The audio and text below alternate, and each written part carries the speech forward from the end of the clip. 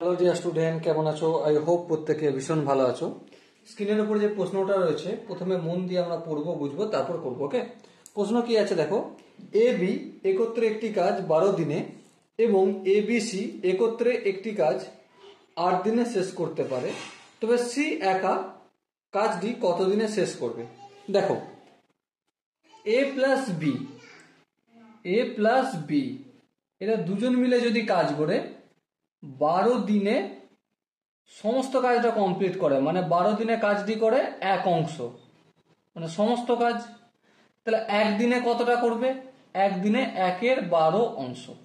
বেশ, এবার দেখো এ বি সি তিনজনে, মানে এ প্লাস বি প্লাস সি তিনজন মিলে 8 দিনে সমস্ত কাজটা কমপ্লিট করে, মানে 8 দিনে করে কাজটির এক অংশ। এক অংশ মানে সমগ্র অংশ।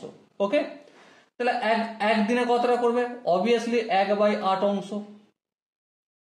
ঠিক আছে, এবার একটা এখান থেকে বিচার করো, এ প্লাস বি প্লাস সি এই তিনজনের কাজ থেকে যদি আমি মাইনাস এ প্লাস বি করি, মানে এ আর বি এর কাজ যদি বাদ দিই, তাহলে কার কাজ পাবো? অবভিয়াসলি সি এর কাজ পাবো, তাই না? দেখো মাইনাস, এখানটা ব্র্যাকেটটা তুলে মাইনাস এ প্লাস এ কেটে যাবে, প্লাস বি মাইনাস বি কেটে যাবে, তাহলে কি পড়তে হবে? সি। তাহলে একইভাবে সি একদিনে কতটা কাজ করছে? অবভিয়াসলি এ বি সি তিনজনে করেছিল 1/8, এই 1/8 থেকে এ প্লাস বি দুজনের কাজ, মানে 1/12 বিয়োগ করব। 8 আর 12 যদি এলসিএম নেই, 12 আর 8 এর এলসিএম কত? 24 হবে। একটু করে দেখে নিতে পারো। ওকে, 24 কে 8 দিয়ে যদি ডিভাইড করি কত হবে? 3 হবে।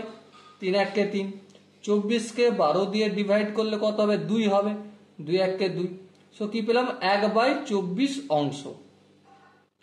তাহলে সি একদিনে কতটা কাজ করছে? 1/24 অংশ। জাস্ট এটাকে যদি ঘুরিয়ে লিখি, সি একা 1/24 অংশ কাজ করে, সি একা 1/24 অংশ কাজ করে কত দিনে? একদিনে। ঠিক আছে, তাহলে এক অংশে কতটা কাজ করবে? 1/1/24। তার মানে এই 24টা উপরে উঠে যাবে, তাহলে 24 দিনে কাজটি কমপ্লিট করবে। ওকে, আই হোপ এই কোশ্চেনের কনসেপ্টটা প্রত্যেকে বুঝতে পেরেছো। যদি বুঝতে কোনো জায়গায় অসুবিধা থাকে তো অবশ্যই কমেন্টে জানিও। আর রাইট আনসার হচ্ছে এখানে অপশন সি। ওকে, সো দেখা হচ্ছে নেক্সট ভিডিওতে। ততক্ষণ পর্যন্ত ভালো থেকো, সুস্থ থেকো এবং জয় হিন্দ।